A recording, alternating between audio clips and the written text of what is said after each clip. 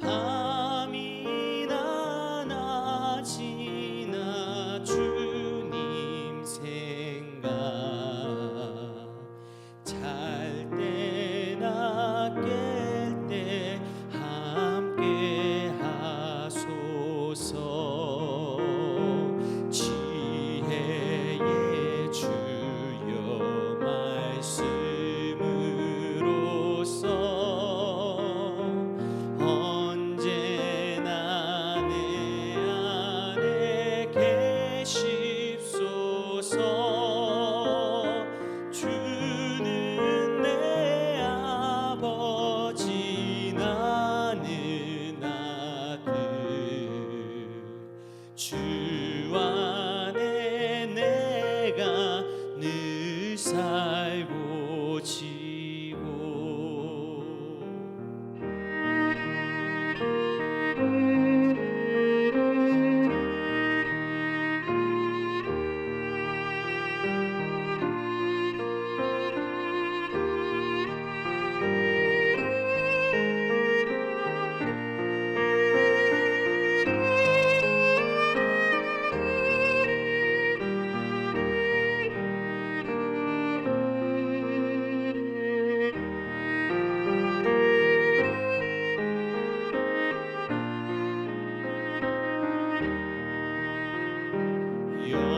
영원한 주님 내 승리의 주 하늘의 기쁨을 주옵소서. 어떠한 고난이 닥쳐와도 만유의 주여 소망 되소서.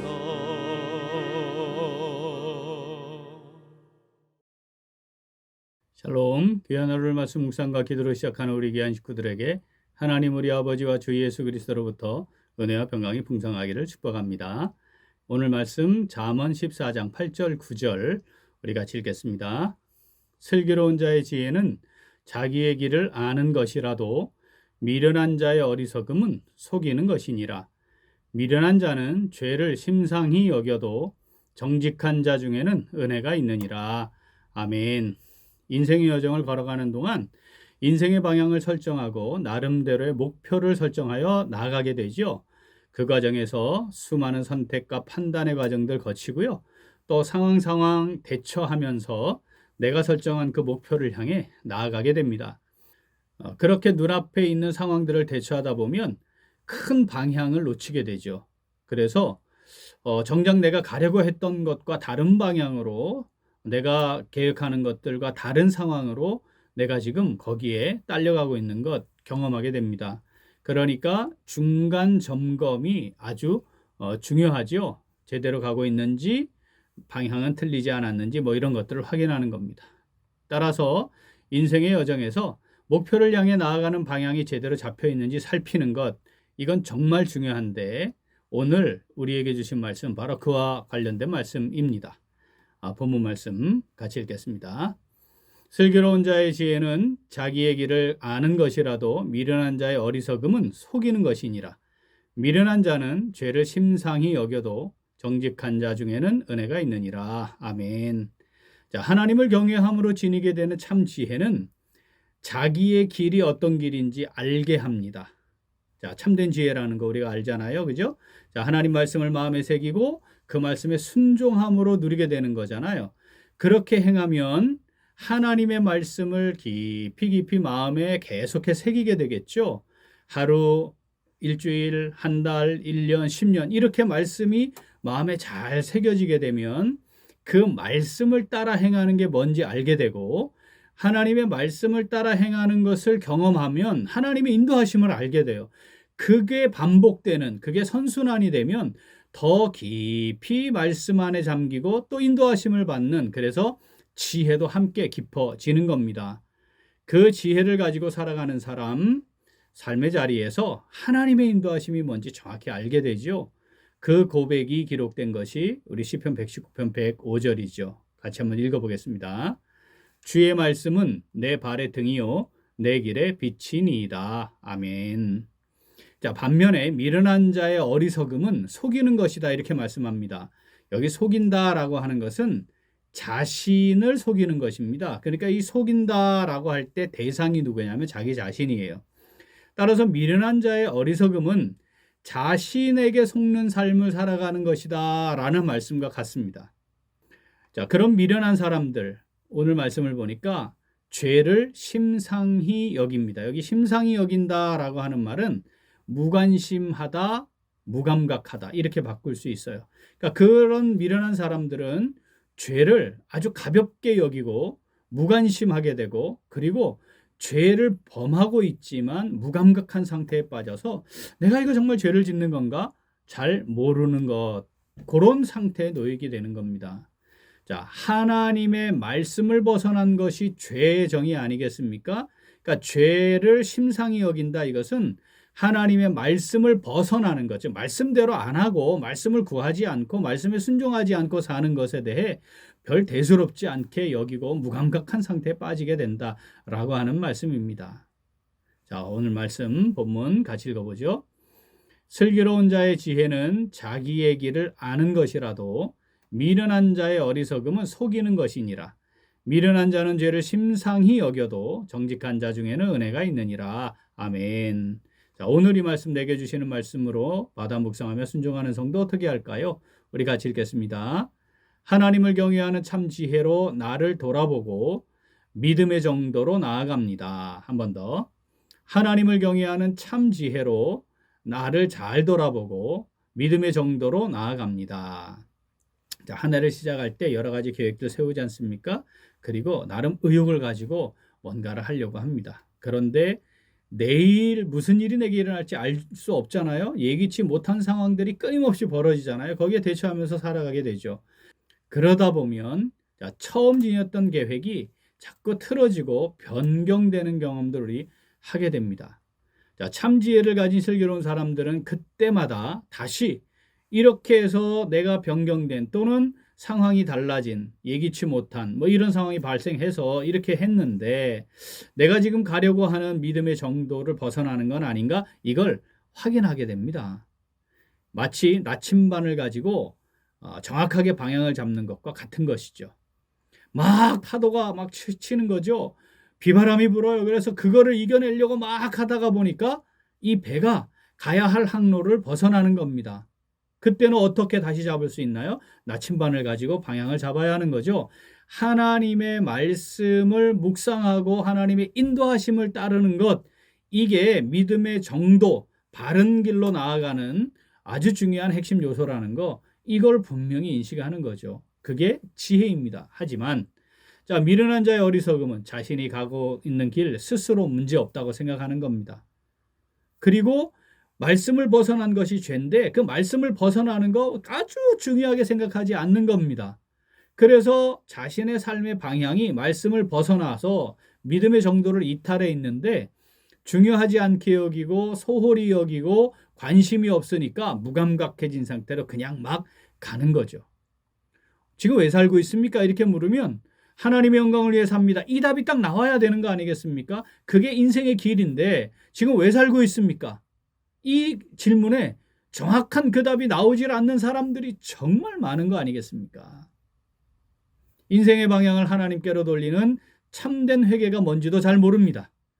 문제가 있다고 느끼는 거는 해요. 아, 내가 이거 개선해야지, 바꿔야지, 이런 정도의 생각들은 합니다. 그런데 그것이 하나님의 말씀을 벗어났기 때문이고 말씀으로 돌아가야 되고 하나님의 인도하심을 따라 살아야 한다고 생각하지는 않는 거죠. 저의 사역 40년, 정말 이 부분이 너무 안타까운 겁니다. 자신의 문제를 깨닫는 것까지는 해요.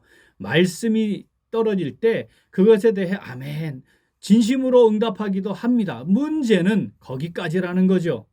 그리고는 삶의 자리에 돌아가서는 자신의 지식과 경험대로 하는 거죠. 익숙해진 대로 하는 거죠.